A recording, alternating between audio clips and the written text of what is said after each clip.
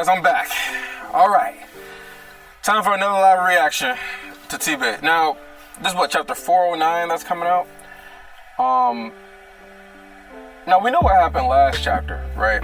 So Ellie ended up getting a regalia, which is pretty crazy as far as the potential of her ability, but we don't really know a whole lot about her ability yet. We know that she's able to heal people from backlash by giving them some of her mana, which we've only seen Arthur do once, with Curtis. But yeah, I'm hoping. So here's what I'm hoping for this chapter, right? So I'm hoping that we get more information about her ability. Maybe Gideon examines it a little bit more and they give us a little bit more information. And I'm hoping that someone else gets a bestowal of some sort of rune, right? So that's what I'm hoping. But this chapter, I'm excited. I hope y'all excited. I'm hyped. I'm ready for it. See what kind of progression we get into the story. But without further ado, let's check this out. Okay, so Taste of Magic is this chapter's name. Okay, Taste of Magic is what we got. Okay, Taste of Magic. All right. So Cecilia, gosh.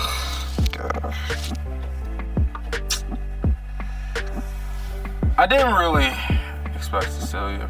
I really didn't. Cecilia? Wait.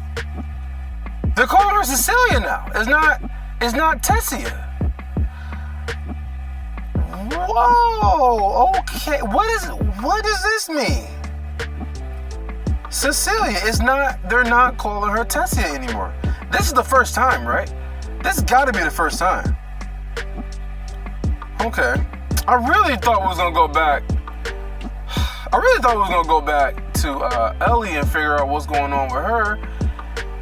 But we're going to Cecilia, man. Sometimes I hate these transitionings to different characters, I don't know. He's giving so much time to Cecilia and stuff. And I understand it. Like, you need to get the setup with Agrona and Nico. And, they're going to have some sort of impact. But, we need more Arthur. We need more of just Dicathin and retaking Dicathin and growing up their power and stuff.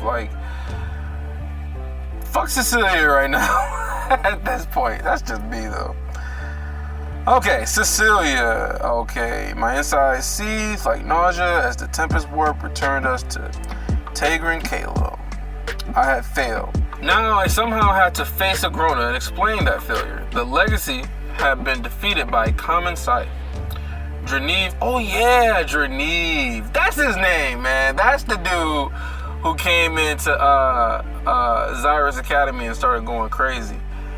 Fucking man. Okay, Draneve. I wonder how strong he is now, because they said that he could have been a scythe. I remember they was talking about him before, as how if it wasn't for Nico, he could have been. I think he said he could have been a retainer. I think that's what he said, because I don't think he's a retainer. But Draneve was waiting for us with a number of attendants. The crimson-haired, half-mad mage bowed deeply as I stepped down, arm in arm with Nico, off the reception platform. Welcome home, scythed Nico, Lady Cecilia. The High Sovereign is waiting for you. Despite the bone-deep exhaustion that had settled over me, requiring a full day of rest before I could even face the Tempest Warp, I knew there was no escaping his summons, or this summons. Nico knew as well. Maybe he can help you understand what happened at Edelgard, he asked consolingly. In my previous life, my handlers and the train of scientists and key optimization specialists they paraded through my life hadn't understood what I was. I think this was be though, but it says. Anyway, not really. Even the name they gave me, the legacy, seemed born from myth or legend, a term not of their own invention. But Agrona, he understood me. He saw beyond the constraints of his own perception. And by doing so, he gained knowledge that was inaccessible to others. But he shared, so this is all just the warping of the memories talking right now. She don't know shit. Which, I don't know, I'm really sick of these, memory games. I understand why. It's happening, as far as, to get her to do what Agrona wants her to do. But, I don't know, it's just so, it's so just ugh. Why can't you just fucking think for yourself and know? But she doesn't. And so you always gotta like use that when you're like trying to criticize her, because it's just like, she's kind of, you know, she's not really doing things of her own volition because her memories were, you know, impacted and stuff. So it's always that like that out whenever she does something stupid. It's just like, well, she is kind of being manipulated and she don't have her memories, you know. But as far as Nico goes, he has his memories now, so there ain't no excuses for little Nico. So yeah, but Agrona, he understood me. He saw beyond the constraints of his own perception, and by doing so, he gained knowledge that was inaccessible to others, but he shared little of what he saw.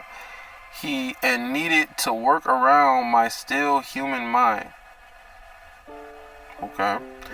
And so we progressed slowly, and only when he decided I was ready for more. I am ready, I said, more in answer to my own thoughts than Nico's questions. Dranese spun away, his unkept crimson mop of hair splashing along in his wake. The other attendants, imbuers, healers, sentries, anyone who might have been needed on my return fell into line behind us wordlessly, like a flock of ducks mindlessly following their leader. Well, let's do a little prediction, right? So, how is Agrona going to react to her failing? I think that it's not going to be that big of a deal. He's going to like already kind of expect it, and he's probably got some other plans, that, you know, being made, and it's just, I don't think he's going to think much of it at all.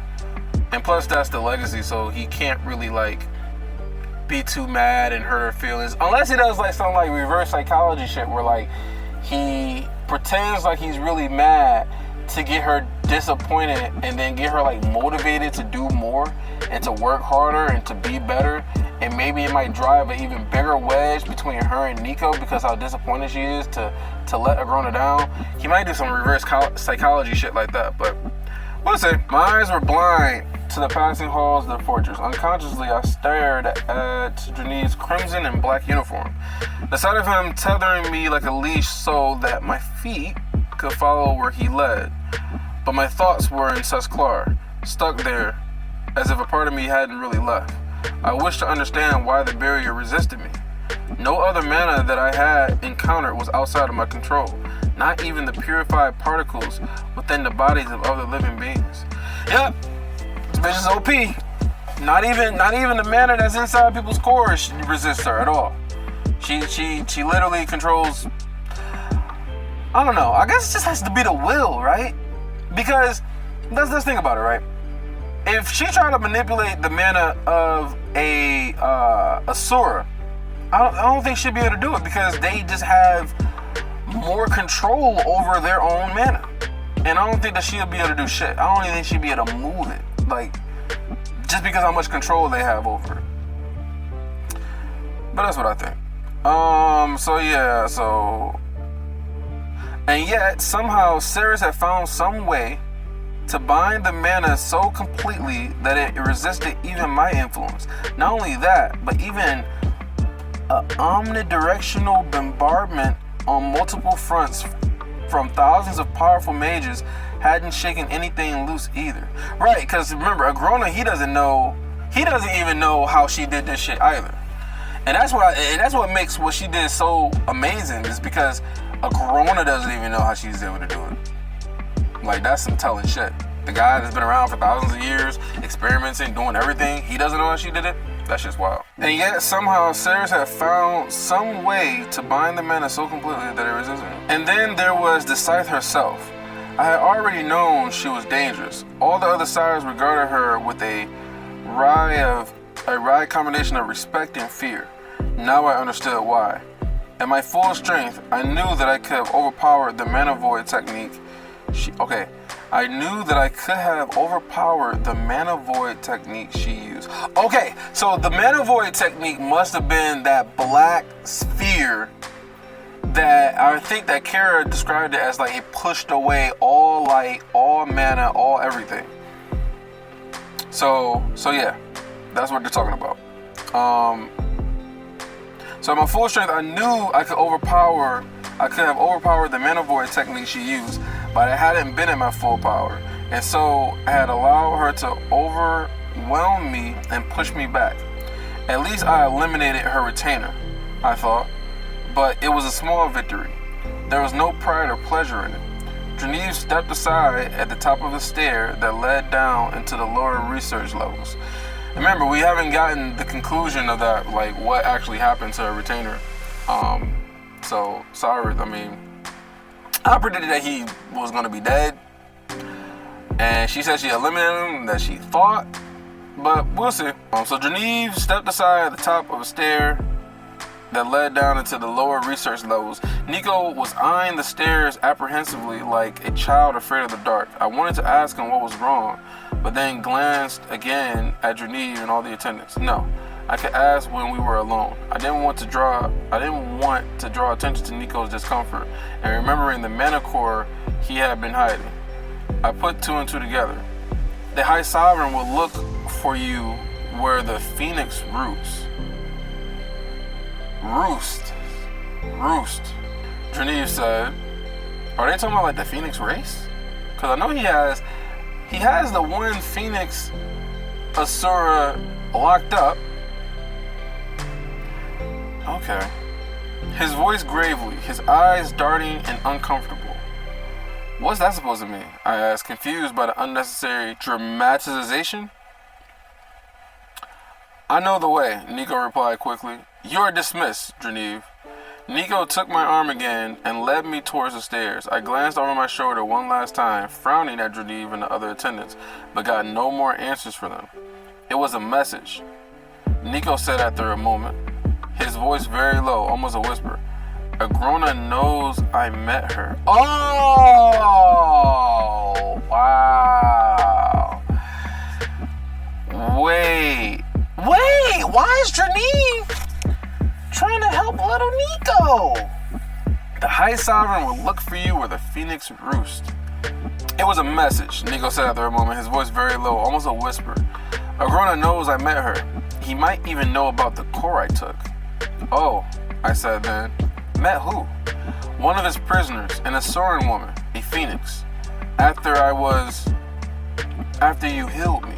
The stairs were cramped enough that it was uncomfortable to walk side by side, and so I slowed, falling into step behind Nico, looking down on him from above. The lower we went, the darker the stairs became, until the black stone steps were almost indistinguishable from the shadows. Why would it matter that you've met this Phoenix? Did something happen? Yeah, because what happened? What I remember she offered to like, cause she knows that he was reincarnated, the Phoenix woman. She knows that he was reincarnated, and she offered to like get him out of there if he broke her out. And he ended up not doing anything, and then she ended up insulting him when he didn't want to do anything or something like that. But yeah, I wonder why is that important? Why would it matter that you've met this Phoenix? Did something happen? After a minute, Nico's step stuttered, and he started to turn around to look up at me. Whatever he was thinking though, he quickly smothered it and resumed the slow descent. No. I let out a little laugh, but stopped. I mean, he's doing a terrible job trying to like pretend or fake things around her. Like, what kind of shit is that? I'll turn around, I have this expression on my face, and then I let it fall, and then I say no. Obviously you was gonna say something else, but then thought better of it and decided to just say no. And then she's probably gonna ask like, what were you originally gonna say or something? I don't know. I let out a little laugh, but stopped when the darkness swallowed the sound. I don't see the problem, Nico. Just don't say anything about the core. Even if he knows I took it, don't admit you know. But I could. He stopped his descent fully this time and nearly ran into the back. He stopped his descending fully this time, and I nearly ran into the back of him. Please. All right, I said, reaching out to lay a hand on top of his head, but stopping myself. A hand on top of his head? Wait.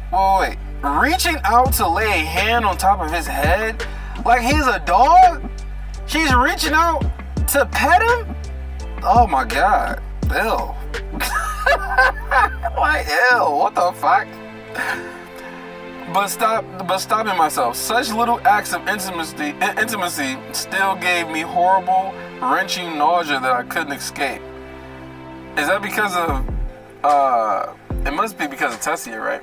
Damn body, I thought, suddenly angry. But you shouldn't fear him so much, I snapped, venting that anger on the only target I had. He isn't a threat to you. Agrona is the key to our future. Wait, who is this? Damn body, I thought, suddenly angry. But you shouldn't fear him so much, I snapped, venting that anger on the only target I had. Nico's shoulders went stiff and he curled in on himself ever so slightly, and I bit my tongue. Guilt and regret immediately overshadowed my anger.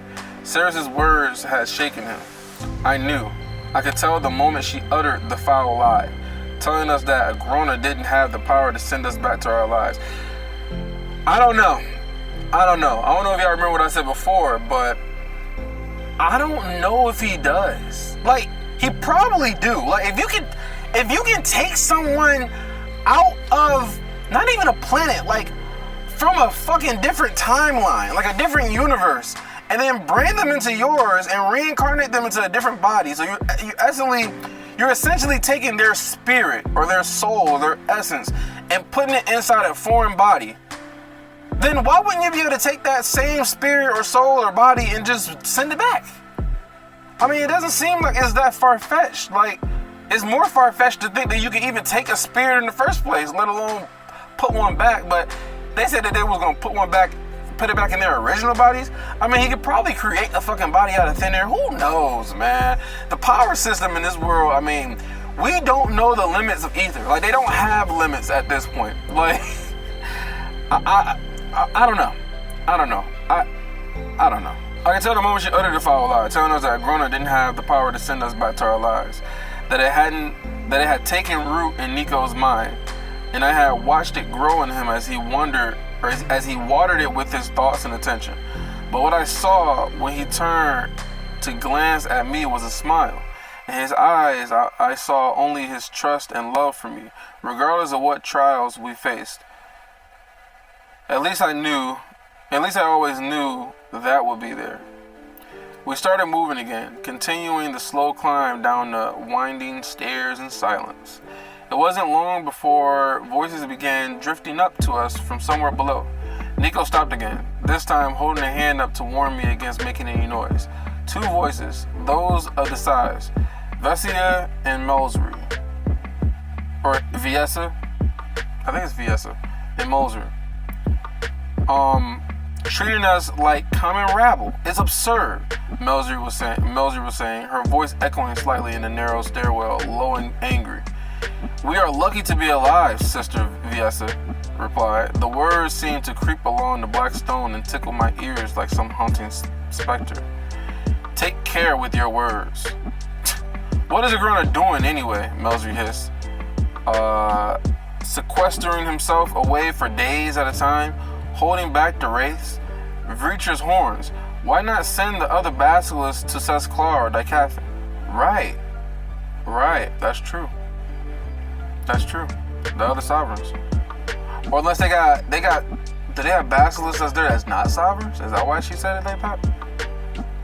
His treaty with Ephiodus is long since dust, along with the Elven Forest, and yet he has done nothing.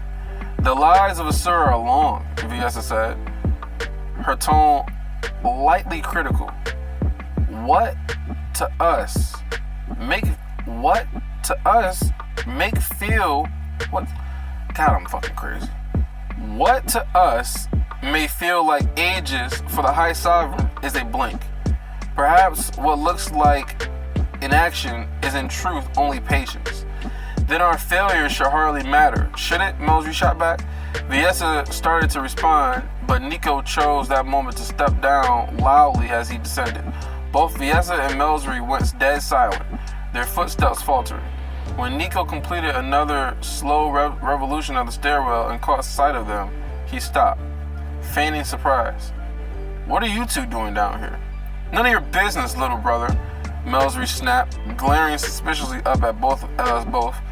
I don't have to ask why you're crawling down those steps, of course.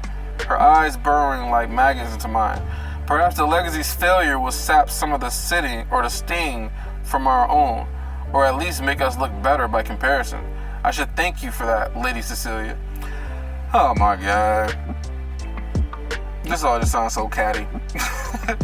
Enough, Nico said firmly. Then he began walking again. I didn't have the energy to care about her childish snipping, and I followed Nico wordlessly, eager to get the inevitable confrontation with Agrona where he expressed his disappointment over with. Then we could figure out how to take down Ceres' barrier together. I don't know. I'm thinking back to what I said. I said that I don't think Agrona's gonna really care. It's not gonna be that big of a deal. But then again, I could also see him being extremely pissed off. And maybe doing something that's gonna shock her. That's gonna really let out who he truly is. Like Nico says, she don't even know who he is. I can also see that happening too. Viessa shrank against the inner wall to allow Nico to pass, but Mesri stood firmly in the center of the stairs. Agrona himself has asked for our presence, Nico said stiffly. Will you like to be the reason we are detained? It may not be a particularly dark black mark on your record, but with everything else that's happened, perhaps it will be the board that broke the Wolgart's back. Melsry sneered and stepped aside. I guess I shouldn't blame you for your urgency, since Agrona was happy to leave you for dead after your pathetic display at the Victoria. I'm sure you feel compelled to prove you're not entirely worthless. Man, the shots that are just being taken, Melsry is she's childish too, but she's also just very snarky, and she likes to take shots. And I don't know, Nico has his temper has definitely sombered since getting his memories and stuff back. He's definitely not so agitated about things, But let's see how he responds to the little shots, the little jabs. My fist clenched and a fury of mana sprang unbidden into action around us, slamming Melsry and Viessa against the curved inner wall of the stairwell. Tendrils of black mana writhed around Viessa, grappling with my own power, trying to extricate her and force me away. I grabbed those tendrils, her power, and wrapped them around Melsry's throat, squeezing. Oh shit. Stop this, Viessa hissed. Listen, man, don't start saying stop this. You literally stood there and watched Melsry take all these shots, all these jabs at Nico, at Cecilia, and then all of a sudden, when you're getting overpowered, stop this, the legacy, shut the fuck up. You had this shit coming. You didn't tell Melsry to shut the fuck up, you didn't tell her to keep it going, no. You just let her do, man, get the fuck out of here. Get the fuck out of here. Stop this, Viessa hissed, her wide eyes staring helplessly at her out-of-control spell. Soul fire ripped and jumped across Melsry's skin as she attempted to burn away my influence, but I suppressed her power. How the fuck are you suppressing her power, yo? Is this mana control just that OP? I mean, it's just mana control, I'm guessing. I grappled those tendrils of her power. Stop this, Viessa hissed, but I suppressed her power, holding it down against her. No more dangerous to me than smoke on the wind. For far too long, you've treated him, a scythe of central dominion, like a dog you can kick to make yourself feel more powerful, I said, grinding the words out between clenched teeth. Speak to me or Nico in this way again, and I will pull the core from your chest and drink its mana while the light fades from your eyes. That's some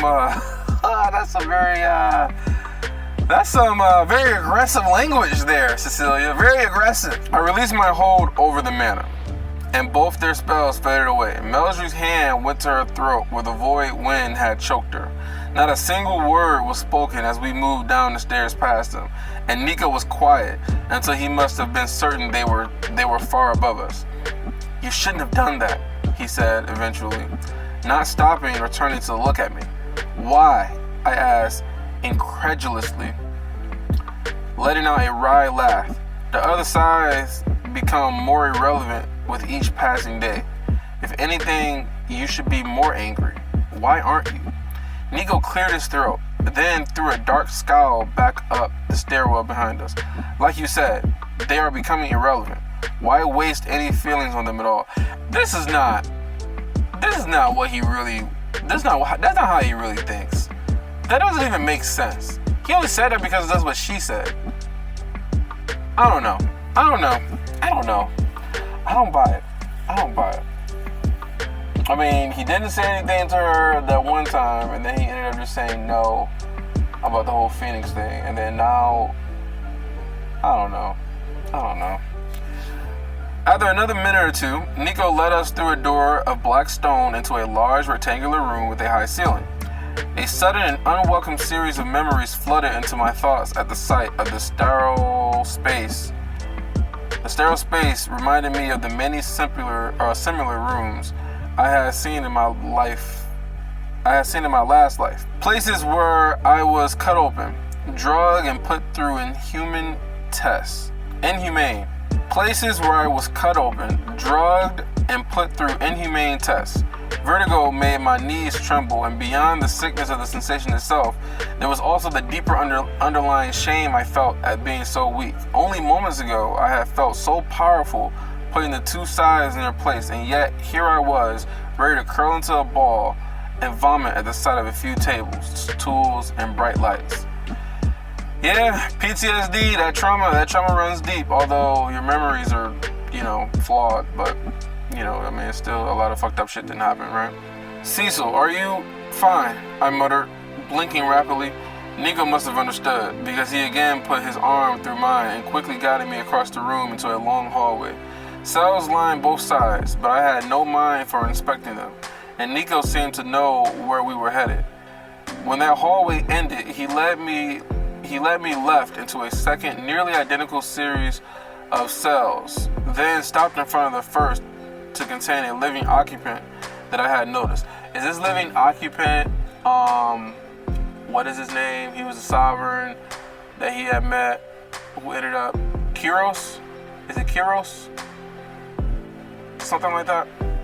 The woman on the it's a woman.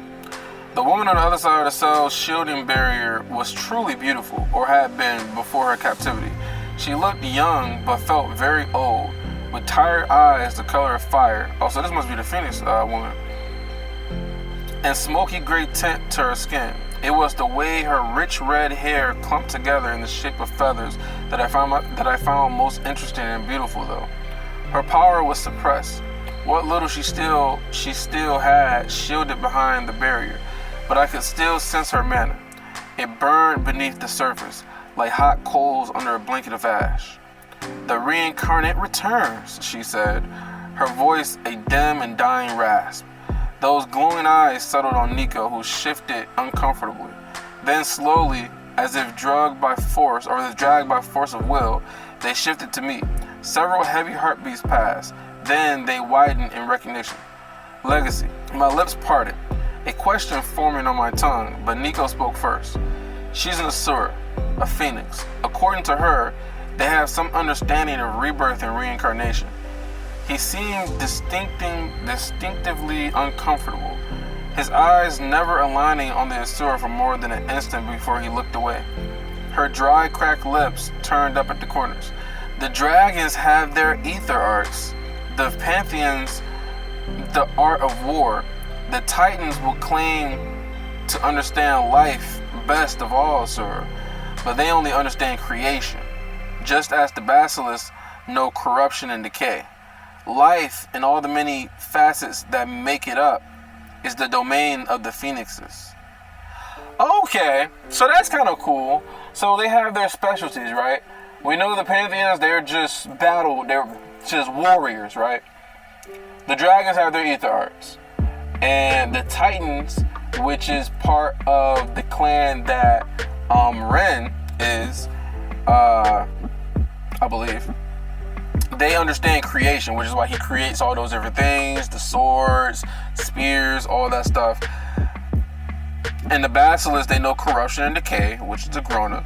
And then life and all the many facets that make it up are the domain of the phoenixes. Okay, cool.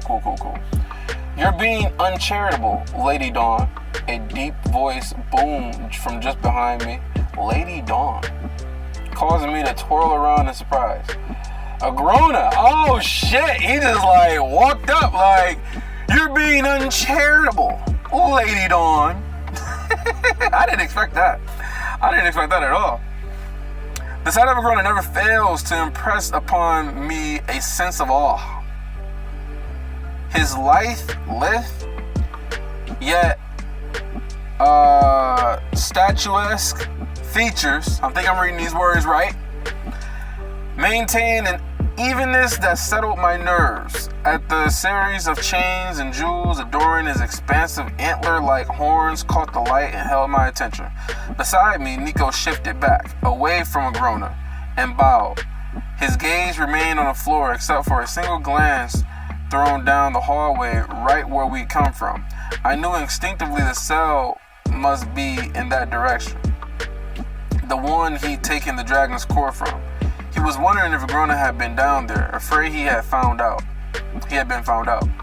High Sovereign Agrona Vreecher, I said, not smiling as I used his full title, something I rarely did. You've only been around him for a few months. The shield proved more robust than I anticipated, and in my weakened state, Sirius's void mana technique, he raised a finger, one finger extended, and I went silent immediately. His eyes, like two fathomless pools of rich red wine, drew me in. It is okay. See, my original thought was that he wasn't gonna make a big deal of it. Like, it's not gonna really mean shit to him. And this motherfucker's first words is my fault, Cecilia dear. Like, man, he ain't gonna do shit he ain't gonna do anything to try to piss her off or try to create some sort of separation, because he needs her to follow him. He needs her to continue getting stronger, and she's gonna be the tool that he's gonna use to, take his place ruling over Ephiodus. It is my fault, Cecilia dear, for not seeing the truth of things sooner.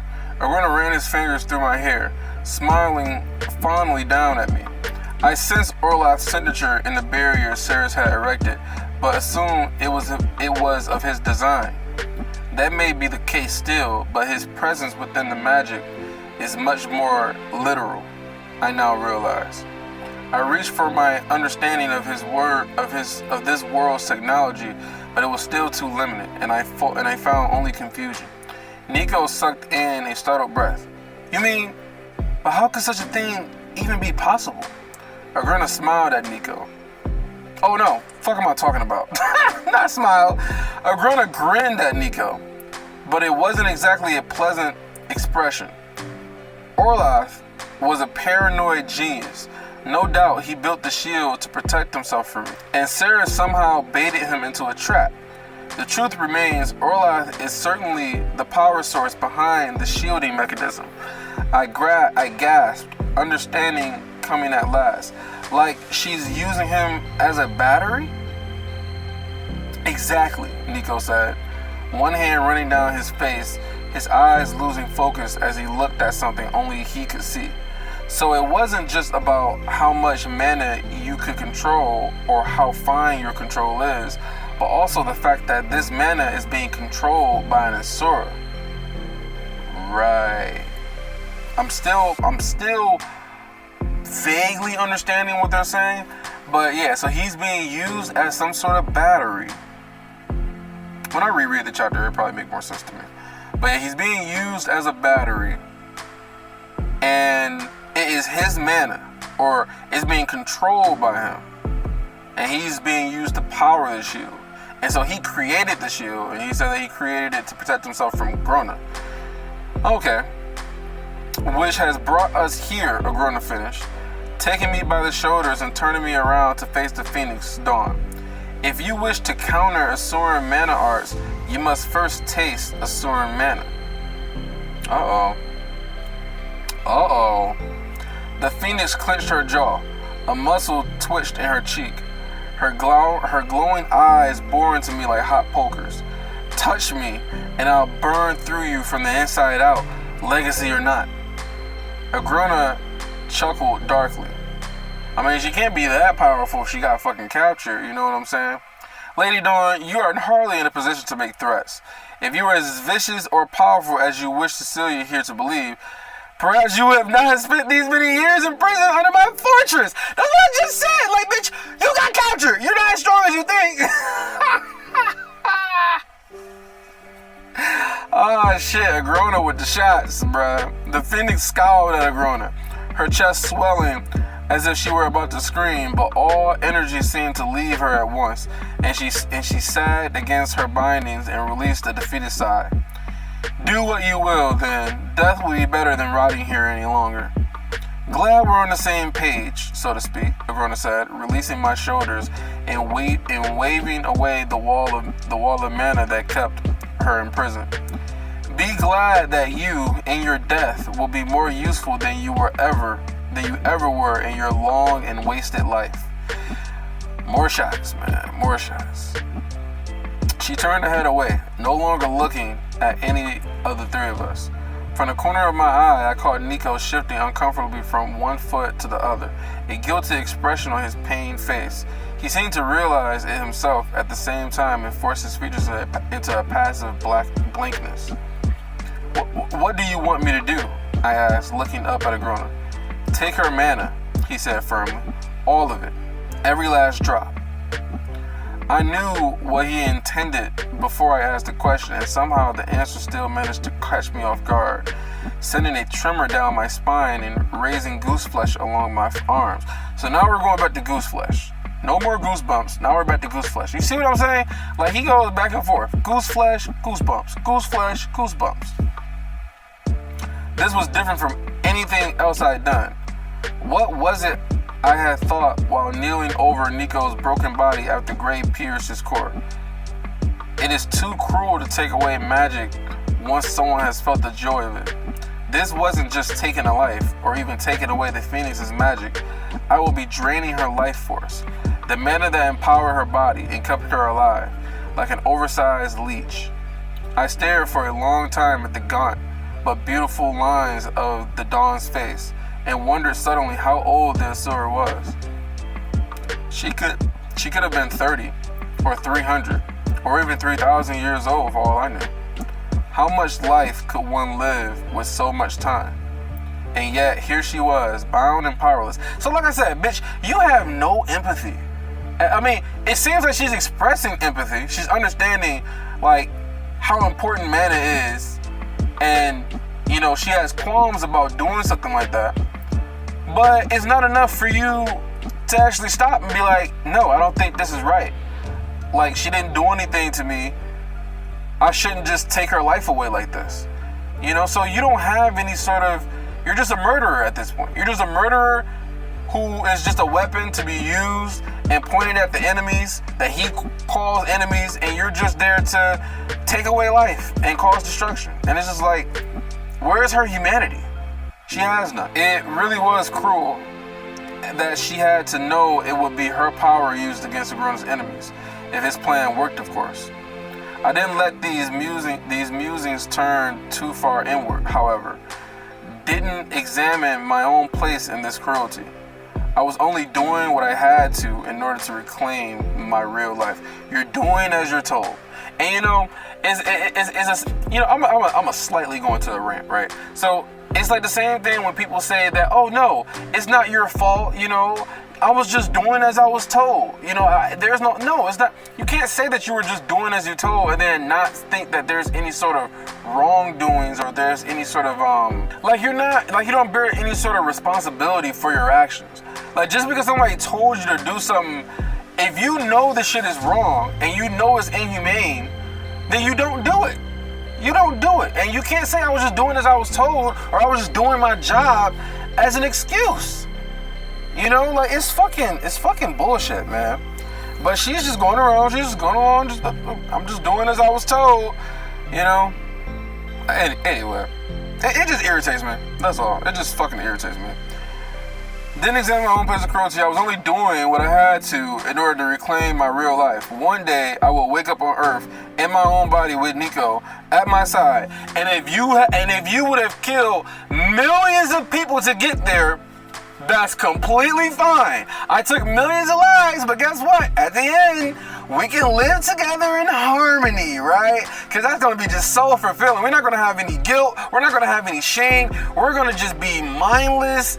And like, how do you even live your life after doing some shit like that? Like, that is just some truly evil shit, right? And she doesn't have a care in the world at all. Like, as long as I get to live my life with my beloved Nico, with my false memories. Anyways, in my own body with Nico at my side, and by the time, and my time in this world will seem nothing more like a dream. Just like Cyrus had said, Agrona shifted, a subtle movement that loudly expressed his impatience, and I stepped towards the Phoenix. She did not meet my eyes as I began. Though her mana was suppressed, particles were still thick within her physical form. While a human's body needed blood and oxygen, the Asuras also needed mana, and I could see it imbuing every part of her. The hardness of her bones, the strength of her muscles, the durability of her flesh, even the electrical impulses of her mind. It all required mana to operate properly, which meant there was still a rather significant amount of mana infusing her body. I reached out to that mana, gingerly at first. This was no simple mana relocation spell like I used against Grey. So that was a mana relocation spell. I wasn't just trying to evacuate all the mana in an area. I was specifically trying to withdraw the mana inside her body and bring it into mine. I would need to purify the Asuran mana inside my own core in order... So she's trying to not only take her mana out, right? So she's trying to not only take her mana out, right? But she's trying to take her mana, draw it into her own core, purify it, and then use it as her own. The same way that Arthur did with the ether. Drew in his ether, purified it, and made it his own, and then now he can do whatever he wants with it. That's crazy that she can do some shit like that. I would need to purify the Asuran's mana inside my core in order to adjust to it. Her mana answered my call. It was slow at first, just a trickle. I could sense how she held back, trying to keep the mana in despite outwardly giving up all hope. It was instinctual, I imagine, like pressing a hand to a bleeding wound after seeing the first sudden rush of crimson. Perhaps if she had been in better condition, less weakened by her long imprisonment and mana suppression, I wouldn't have been able to forcibly take the mana. Or maybe it just would have been more difficult. As it was, there was a moment of back and forth as my will struggled against hers. Then her control cracked like the breaking of a dam, and trickle quickly became a flood. The Phoenix's face fell, all fight gone out of her, and I thought she looked almost sincere. Something in the mana changed suddenly. Images began to play across my mind. Is she gonna get her memories? Thoughts or memories carried along with the mana, a vague impression of the Phoenix's life that leaked into my mind from hers. I saw a flight of massive winged creatures, huge dragonish bodies covered with ember orange feathers, long graceful necks ending in fierce hooked beaks, bright orange eyes searching the horizon for their enemies, the dragons. Then these phoenixes were in their human forms, but there were less of them. Disagreement had burst into shouts, threats, curses, and pleas, which all blended together in the memory. Some wished to stay and fight, others to flee and join the Vritra in the Lesser's... others wished to stay and fight, others to flee and join the Vritra in the Lesser's realm, more still to beg the Indrith clan for forgiveness. Wait, what? So what, were they allied with the Vritra? Disagreements burst, they were all blended together in memory. She wished to fight. Some wished to join the Vritra in the Lesser's realm, more still to beg the Indrith clan for forgiveness. But when a man with unruly orange hair and bright yellow eyes raised his hand, the many voices went still all at once. Then there were fewer still, far fewer, and they were somewhere else entirely. The background coalesced as the memory focused on it. The untamed forest full of mana beasts. A hand on her shoulder. The handsome man with yellow eyes. A sad smile on his face. Images flash past, moving more and more quickly, difficult to digest. Dark tunnels and endless days of labor. Strange-looking tattooed people intermingling among the Asura. The slow growth of the towering trees, their silvery gray bark shining like steel in the low light of hidden underground cavern. Their autumn red and orange leaves fluttering like flames. A child, just a boy, running and laughing. His mismatched eyes, one burning orange, like what? Like one of the phoenixes? And the other icy blue, full of joy and wonder. Did they like mix races? This is kind of, I gotta go back and read this. A love that wasn't my own warmed my heart and made my own eyes swim with tears. The backdrop shifted again, and I was looking out from the phoenix's cage. The shift from warm to cold was so sudden, I worried I might shatter like glass. Agrona looked back, malevolently. A cruel grin like a slash across his face. Mordain was foolish to expect I let this messenger simply walk free after having seen so much of my land and stronghold. I've heard much about you, Lady Dawn of the Acipiclus clan, and I find myself very much looking forward to testing the bounds of your rumored stoicism. And so she was a messenger that was sent, and he ended up capturing her. So she was some sort of messenger that was sent to Agrona by Mordain. And after seeing so much of his land in the stronghold, he just ended up capturing her. The phoenix moaned, and the memory shifted, wobbling in and out of focus as I experienced days. She experienced days, then months, then years of loneliness, boredom, pain, and regret all forced together into a handful of seconds. Then it was over. The memories were played out, and my mind settled into my own body again. A warm flush was radiating out from my mana veins and core as the Asura's mana filtered into me. The mana itself was pure, so much so was pure, as much so as any mana I had ever experienced, but it felt like fire. I wondered idly in an unoccupied space at the back of my brain if this was some inborn attribute of the Phoenix race, but the rest of my mind stayed focused on the task. Sweat was building up on my brow now, both from the warmth and the effect and the effort of controlling the mana. Even as it entered my core, it felt like something wild, an animal only half under control. Like if I lost focus, it would toss me from its back and run free. Or like it will burn me up from the inside, a wildfire just barely contained, like she said she would.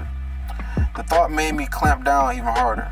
My teeth clenched until they began to ache, and my core quickly felt swollen and tender. I forgot all about the memories, the threat, banished everything but focusing on maintaining control. But even as the flow of mana picked up speed, more and more remained inside the Phoenix's body. A massive reservoir that was difficult to wrap my mind around. No, I had suffered worse than this before. Compared to the outburst of ki that had wreaked havoc on my body, this was nothing. You are starting to feel it, aren't you? She asked, her voice breathy, whisper barely audible over the pounding of my own pulse in my ears. Your spirit may carry your potential from one life. Yeah, your spirit. Remember I said your spirit, your essence, your life, soul. Your spirit may carry your potential from one life to the next, Legacy, but you are still wrapped within weak elven skin and bones. Her own skin had lightened into an ashy, sickly gray, and all the fire was gone from her eyes, but her colorless lips still managed to form a wry smirk. Like the water hen who swallowed the wyvern's core, you will burn away. Nico was fidgeting stiffly, his hands clenching and unclenching, but Agrona was perfectly still and outwardly calm. If he harbored any concerns that this phoenix could be right, he didn't show it. He would never let that happen, I told myself. And yet, the more of her mana I took in, the harder it was to contain it, and the more I ate. Pressure was rapidly building in every part of me, so that I felt like an overfilled balloon about to burst. Alright, what do I think is going to happen, man? She's not going to die or anything. She could fail, and she could end up having all of the mana like leak out again, like she said, like it's trying to knock her off and run away. So I think she could fail and her mana could all run away, and she end up but would she end up dying if it all runs away? The phoenix? I don't know. He would never let that happen, I told myself. And yet, the more of her mana I took in, the harder it was to contain it. Pressure was rapidly building in every part of me, and it felt like an overfilled balloon about to burst. A painful quake shook my core, and I let out an involuntary gasp of agony. Cecilia! Nico said, plaintively, reaching towards me. A groaning hand grabbed Nico's wrist. Do not interfere. I closed my eyes, pushing away these distractions. Agrona said I needed to taste her mana to absorb it all. There was more to it than just that, though. There had to be. Simply taking her mana wasn't going to help me bypass the shield because my eyes snapped open. I needed to understand. So she's about to go into this, oh my god, I'm the chosen one. I can learn things extremely quickly than others. I needed to taste. But then again, Arthur's the same way. So I guess I can't really be irritated about it because Arthur does the same shit. So she gets a taste of it, and then, but Arthur takes, he takes his time though to figure shit out. She just like instantly figures shit out. She just like feels it. Just like, you know what? I know what to do. Boom, boom, boom, boom, boom. Done. And it's just like, what the fuck? So let's see. She needed to understand. Mana was all just mana. That much I knew. It took on the attributes of fire, water, earth, or air depending on the environmental stimulus, and could then be further molded into deviant attributes by an appropriately talented mage. But aside from purity, something determined by the clarity of a mage's core. Is this bitch about to go past white core? I think this bitch about to go past white core, y'all. I got so many thoughts. It was like rummaging through my brain right now. So, something's determined by the clarity of a mage's core. The mana utilized by one mage was identical to any other. Likewise, the mana itself was pulling from the phoenix should not be different, and yet the physically superior Asuran body required mana to even function, unlike a human body or elven. I thought somewhat awkwardly. That meant the core, veins, and channels were probably structured differently too. If for no other reason than mana had to constantly and automatically be circulated, in the way my heart kept pumping blood without my focusing on flexing and unflexing the muscle. Does that cycling of mana somehow make it stronger or more pure? I wondered, glad that my mind had a puzzle to work on which took away from the strain of my body. A thick stream of mana particles, mostly pure, though intermingled with some freshly absorbed aspheric mana that kept its natural hue, was running out of the phoenix and being drawn into my mana veins, making it both glow with bright orange-white light. It could be both, but it could also be more attuned to the Asuran's body, like blood types in a human. I made this final connection with a sharp breath. Phoenixes, basilisks, dragons, the form of their pure mana has changed over the ages, hasn't it? I directed the question to the phoenix, then realized that she was too far gone to answer. Her skin, now more pale blue than gray, had tightened unnaturally over her frame, and beneath it, the muscles had atrophied and shrunk. Like, she has no problem, like, literally just stealing the life of another creature, person, thing, species, whatever you want to call it. Like, skin just going pale, and then gray, and then blue, and then the skin wrinkling over itself, and you're just like, well, let me try to control the mana. This bitch has no humanity at all. Like, Arthur could even do some shit like this. He would never. The orange had leached from her eyes, leaving them a dull, cloudy color. Is it that evolutionary change that has fueled the deviation in our mana arts? Agrona said softly. Is it that evolutionary change that has fueled the deviation in our mana arts? A sudden spike of pain from my core drew my back inward, and I realized I was at the end of my ability to continue drawing on the phoenix. I immediately lessened my grasp over what little mana remained to her, but a strong hand gripped my elbow painfully. No, you must take it all in, Agrona said firmly. I met his eye, tried to read whatever alien thoughts or emotions. Why is he so stressed about she has to take all of it in? Thoughts or emotions shined back at me and failed, then said, I can't. My core is. Then I experienced a second moment of realization. Dawn's entire body had been full of mana, and Asuras had to circulate mana at all times to support their body. I lacked the physical attributes that made this possible for them, but I had something else even better. Hold the fuck up. Hold up. You must take it all, Agrona said firmly. I met his eye, tried to read whatever alien thoughts or emotions shined back at me, and failed. Then said, I can't, my core is, and then I experienced a second moment of realization. Dawn's entire body had been full of mana, right? We know their bodies are full of mana. And Asuras had to circulate mana at all times to support their body. Okay, they need to circulate, so their bodies are stronger because mana circulates their entire body. That's why they can live so much longer, because the mana powers their flesh, their bones, their blood, their brains, their eyes, and it powers everything. I lacked the physical attributes that made this possible. So you didn't have their physical body in order to do this. But I had something else even better than their physical body. What does she have that's even better than Asura's body? I don't know. I don't know what she has that's even better than Asura's body. Is it? It can't be her mana core. It can't be the beast will. I don't fucking know. I thought I could figure this out. I thought I could reread this and figure this shit out. I don't know. I'm stumped. With a single thought, mana spilled out of my core. Instead of being released from my body. Hold the fuck up. Hold the fuck up. Is she about to circulate mana? Wait the fuck on. Hold the fuck on. Is she about to circulate mana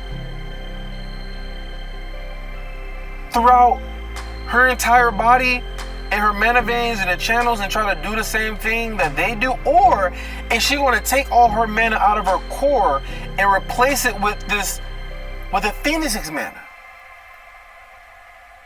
Thoughts, man. So many thoughts. With a single thought, mana spilled out of my core. Instead of being released from my body or focused into a spell, I guided it through my mana channels into every limb, every organ, focusing on strengthening my physical body. Instead of stopping there, as most strikers would, I guided the mana to keep moving, cycling from one part of my body to the next, and eventually back into my core. Yes, this bitch is literally about to create a body the exact same way that Asuras create their bodies when they're born. Well, they don't create their body, but it's like she's going to have the mana do what they do. Wait, this means that Arthur can do the same shit with Ether, though. I don't know. This is so fucking crazy, man. Soon, my entire body was infused with mana. This, in turn, erased the pressure on my core and allowed me to drag the So by doing this erased the pressure on her core and allowed her to drag the last particles of mana from the Phoenix's cold, lifeless husk. I watched where the Phoenix's mana and my own intermingled, curling in and around each other like flames. Although her mana had been too warm and alien at first, I realized I had already accumulated to it, made it mine, and I knew with absolute certainty that if faced with the Phoenix, I would have no more trouble defending against their spells than I would any other mate. So she needs to be able to do this with every race because their own mana is unique to them through evolution or whatever, you know, that Agrona was talking about. This is fucking crazy, bro. This thought brought a frown to my face, and I looked at Agrona. Behind him was Nico. Behind him, Nico was watching me carefully, his entire body tense as a compressed spring. Agrona was grinning, beaming down at me pridefully. Well done, Cecil. Will it be enough? I asked, thinking about Ceres and her damn shield. I feel it, the Phoenix attribute mana. I've already taken it into my body and made it my own. But the shield, will this insight be enough against Basilisk mana? A tentative thought was warming around the back of my mind. I was afraid to give voice to it. So is she gonna need to also, once she does this, is she also gonna need to do the same thing to the Sovereign? I think it's Kyros. I think that's what his name is. Does she need to do the exact same thing to Kyros in order for her to be able to take on the shield? I'm thinking. But Kyros isn't weakened like she is, so she wouldn't be able to easily take his mana like she would with the Phoenix. Man, oh man. Nico apparently had no such compulsions. Is Sovereign Kyros still in prison? Oh my god. Cecil could, no, Agrona said firmly, his grin crackling like thin ice, then softer, letting a shadow of the smile return. He said, no, that won't be necessary. I may have other uses for Kyros. An understanding of Asuran mana will be enough. Nico held my gaze from behind Agrona, making no other move than a slight flaring of his eyes. It was enough to communicate his thoughts. There is something else, I said, flushed with the power rolling through me like a firestorm. I saw other Asuras, in Dicathan, in the Beastglades. I knew that it was in the Beastglades, because they said wild mana beasts. And the ones that was with the tattoos and the half. Listen, okay, so here's one thing that I haven't talked about. I was gonna make a video about this, but I'll talk about it a little bit. So, y'all remember that she was talking about Elder Renia. Yeah, Renia. Remember she said that the person who taught her how to use ether arts, she couldn't tell Arthur who it was. But we already know who it was because Tacy exposed this when he came there to kill all of them. And he said that, just because you have, a little bit of ether arts from, learning from the Lost Prince, pretty much they don't mean shit. Now, if you remember back in the chapter where it was Aldir and it was Winsome, and they was talking, and they was like, walking with each other before he decided to tell Kezis, that Arthur was still alive. They talked about reading that little statue or that some type of message that was written on some stone or some shit like that. And it was talking about how Kezis used to be best friends with the prince. And then because they didn't agree on, the Jinn getting killed and all the other shit, they ended up banishing him, and then they ended up calling him the Lost Prince. And so this lost prince is the one, and I forget his name. I'll go back to the chapter, I'll remember his name. But he's the one that taught Renia how to use ether arts. And I also believe, and I don't know if I said it, and I also believe this motherfucker is hiding in the Beastglades. Because we know that the Beastglades has a whole bunch of unexplored sections with S-class mana beasts, SS-class mana beasts, and whatever else, because they haven't really explored it. And then also we know this. Remember when the elder for the Pantheon race, right, the leader of the Pantheon race, when he got banished, he said that you're gonna seek asylum in the Beastglades if you're ever lost or some shit like that. So yeah, he is in the Beastglades, and that was also in the vision from the memories that she was getting from the Phoenix that she just killed.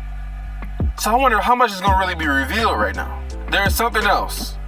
I said, flesh with the power rolling through me like a firestorm. I saw other Asuras, Indicathan, in the beast glades. Agrona's brows rose as he considered the withering corpse of the phoenix. Interesting. So Lady Dawn, all these years protecting Mordain, and you give him up as your life leaves you. Tragic. To me, he said, perhaps after you have eliminated the mild threat that Sarah's and her rebellion pose, you can sharpen your claws on a real enemy, Cecil dear. And that is it. Okay. I mean, we definitely got progression in this chapter. Yeah, I need to reread this. But this is good. This is a good chapter. Shit, man. This girl is just getting, and then now she's being called Cecilia and not being called Tessia. Man, this is crazy. This bitch is about to get so powerful, yo. This is so wild. I got thoughts, but I'll save it in a review video. But anyway, I appreciate you guys watching to the end of this. Like the video, you guys. Like the video, and I'll talk to you guys in the next video. Peace.